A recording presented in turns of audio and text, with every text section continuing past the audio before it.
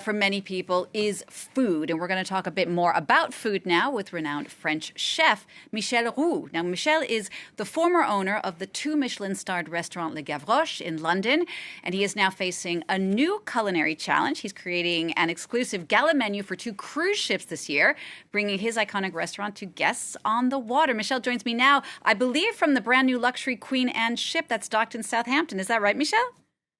That's 100% right. I'm here in the pub, the Golden Lion, on board the Queen Anne for my first visit, and it is absolutely beautiful. All right, well, tell us a bit more about this project. How does a world-renowned French chef end up being part of a project on a cruise ship? How did it happen?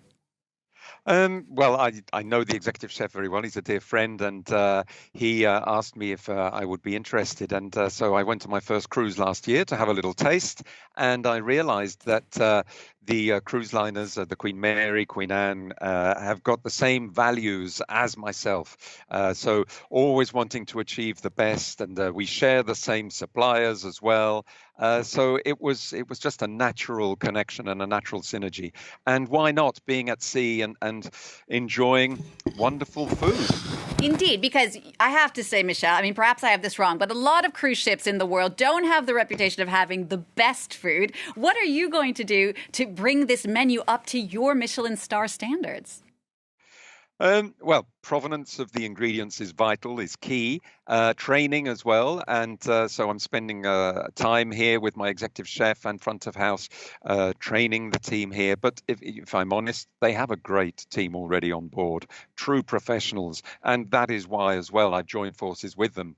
I think when it comes to cruising, yeah, the Cunard line, and especially this particular ship, is going to be stunning. The food is going to be outstanding. The service has always been outstanding on the Cunard line.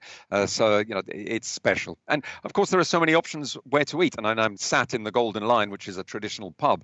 So we're taking the menu and we're really devising some fabulous dishes that are traditional British pub fare, but making them even more special. So what are the challenges of bringing that level of cuisine to a ship? I mean, obviously, you're there on the water, things are rocking back and forth, you have butter slipping left and right. I mean, how are you going to manage all that? Well, the biggest problem, if it is one, is the logistics of getting everything on board before you set sail. Because if you run out of something in the middle of the ocean, you can't just shop in your local Waitrose or Carrefour. You have to make do with what you've got on board. So the logistics are the ones that is the most difficult. Obviously, when you get into a force 8, 9, or 10, then it does get a little bit tricky because everything's moving around. But I'm fortunate; I don't get seasick, so I can just carry on. That's good to know. And I know you're unveiling some of the menus today. Can you tell us a bit more about what kind of things that we'd be able to eat on this ship? Yeah, absolutely. So in the pub here, we've worked together with the team, and we've got some wonderful British fare. So some steam puddings, some treacle puddings, treacle tart, and then fish and chips, of course. You wouldn't come to a British pub without having a fish and chips. The pies are wonderful. We've also devised a great recipe for chips with some special seasoning on them. So, it goes on and on and on. And and our cheese toasty as well. The equivalent of a French croque monsieur, but even better in my view. So you're an interesting case, Michel, because you're half French, half British. Is that correct? Do you bring any French twist into your cuisine these days? Oh, most definitely. I mean, I was born in England, hence my accent being very British, but my parents were French. So, I have the best of both worlds. And without getting too political, I have dual nationality, which is very handy nowadays. Certainly. You've worked in hospitality for 40 years. As we were saying before, you were the owner of Le Gavroche, that iconic restaurant in London. Do you have perhaps a favorite mishap story from something that happened in the kitchen, something that went horribly wrong that you were able to save or not? Oh gosh, I don't dwell on mishaps or mistakes. I think you learn from your mistakes, and you should never be afraid to make a mistake. I did once a very, very quick anecdote. I invited my dear father, who was also a fabulous chef, obviously in his own right, for dinner at home in my flat, and I managed to burn the main course. I mean, not just burn, cremate the main course. And thankfully, I had some cheese in the fridge, so we ended up just eating cheese and wine.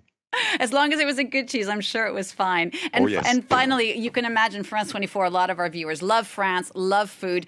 Do you have a piece of advice to someone about how to make the perfect meal? What's the best way to really make a wonderful dinner? Yeah, keep it simple. Choose local ingredients. Go to the markets. Be inspired by the markets, and that's something that is fabulous in France. I myself, I mean, I have a house in the Ardèche, and that is how I cook and devise my meals every day. I go to the local market, and I'm inspired by the local farmers and the local produce, and likewise with the wines. Keep it local, and it's just fabulous. It's a wonderful way to live. All right. Well, Michel, thank you so much for taking the time to speak to us, and good luck on your new culinary adventure on the high seas. That's the chef Michel Roux speaking to me from the Queen Anne ship in Southampton. Thanks so much. My pleasure. Thank you. This is France 24. Don't go away. We're going to take a quick break. I'll be back on the other side with...